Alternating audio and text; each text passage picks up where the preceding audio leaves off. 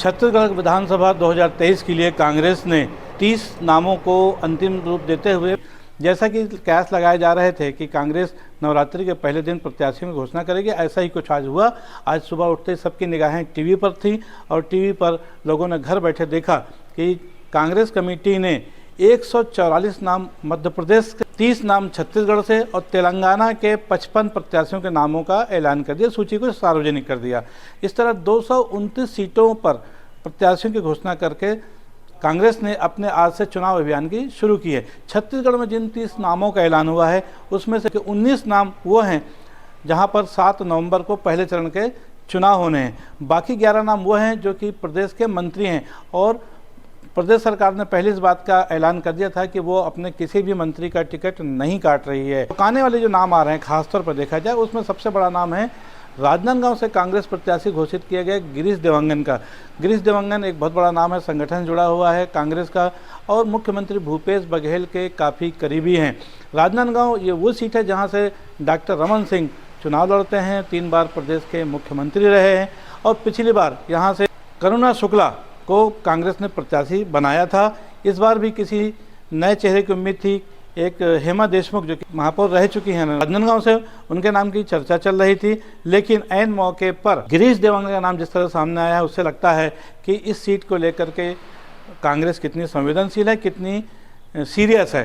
गिरीश देवंगन के रूप में कांग्रेस स्वयं वहाँ पर मुख्यमंत्री के खिलाफ लड़ेगी। इसके अलावा जो 4 प्रत्याशी बदले गए हैं बस्तर से, जिसमें पहली सीट है दंतेवाड़ा, जहाँ पर महेंद्र कर्मा की वाइफ पत्नी देवती कर्मा को लगातार प्रत्याशी बनाया जा रहा था। इस बार उनके परिवार से ये मांग उठी थी कि उनके बेटे छविंद्र कर्मा को या उनकी बेटी को टिकट दिया जाए, तो कांग्रेस ने उनके अर्जी को स्वीकार करते हुए छविंद्र वर्मा को पहली बार प्रत्याशी बनाया है दंतेवाड़ा से।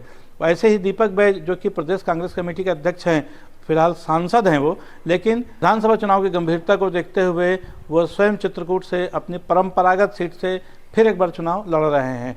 दीपक बैज 2 बार यहाँ से विधायक पहले भी रह चुके हैं। जो तीसरी ये जो एक सीट है खास है वो कांकेर की सीट है। कांकेर में प्रत्याशी बदल दिया गया है। यहाँ पर आईएएस जो है शिशुपाल सोरी जो कि विधायक थे पिछले चुनाव में 2018 में और संसदीय सचिव भी बनाया गया था कांग्रेस की सरकार में, इस बार उनका पत्ता काट दिया गया है और उनकी जगह शंकर ध्रुवा जो कि 2 बार कांग्रेस के टिकट पर विधायक रह चुके हैं, उनको एक बार फिर मौका दिया गया है। एक सीट और है जो कि है अंतागढ़ की, अनूप नाग यहाँ पर विधायक हैं, लेकिन उनकी टिकट काट दी गई है। उनकी जगह रूप सिंह पोटाई को कांग्रेस का प्रत्याशी बनाया गया है। तो ये सीटें हैं जो कि जिसमें प्रत्याशी बदले गए हैं। ये खासतौर पे बस्तर की बात हम कर रहे हैं। और एक सीट है बस्तर की जगदलपुर जो कि सामान्य सीट है। बस्तर में कुल 12 सीटें हैं, इसमें 11 सुरक्षित सीटें हैं और एक है सामान्य जगदलपुर की।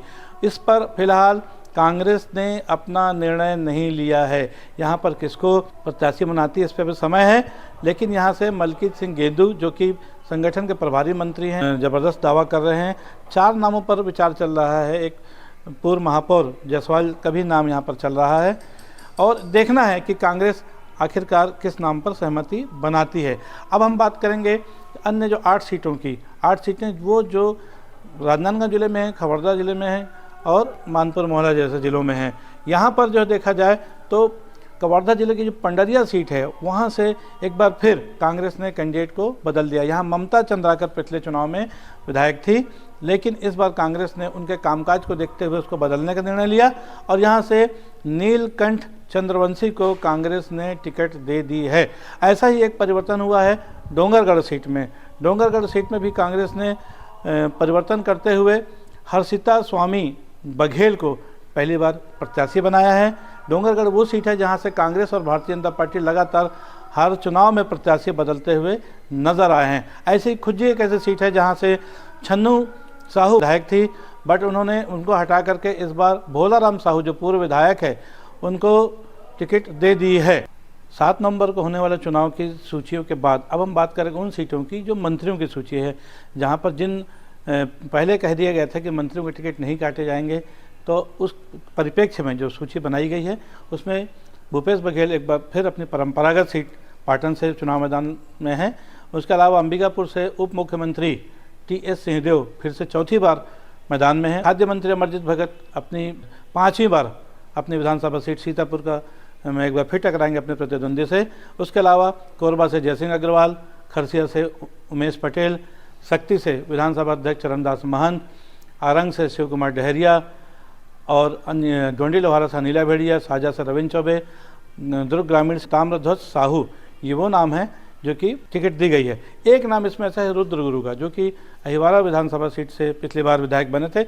इस बार उन्होंने नवागढ़ से लड़ने की इच्छा जाहिर की और नवागढ़ से उनको टिकट दे दी गई है। लेकिन ये जो सीटें हैं मंत्रियों की, ये 17 नवंबर को दूसरे चरण में होने वाले बची हैं 60 सीटें। छत्तीसगढ़ में कुल 90 विधानसभा सीटें, 30 पर प्रत्याशियों की घोषणा हुई है, अभी 60 सीटों पर घोषणा बाकी है। क्योंकि ज़्यादा समय नहीं है, आज 15 तारीख हो गई है, इसलिए 17 तारीख को कांग्रेस के आला कमान, बड़े तमाम नेता एक बार फिर बैठ रहे हैं बाकी सीटों पर भी, और ऐसा माना जा रहा है कि 17 तारीख को बाकी बची हुई 60 सीटों पर फैसला हो जाएगा और ये सूची 18 अक्टूबर को दूसरी सूची के रूप में सामने आ जाएगी। बहरहाल दूसरी सूची में किसकी किस्मत चमकती है, किसकी टिकट कटती है, इस पर सबकी निगाहें रहेगी, हमारी भी रहेंगी।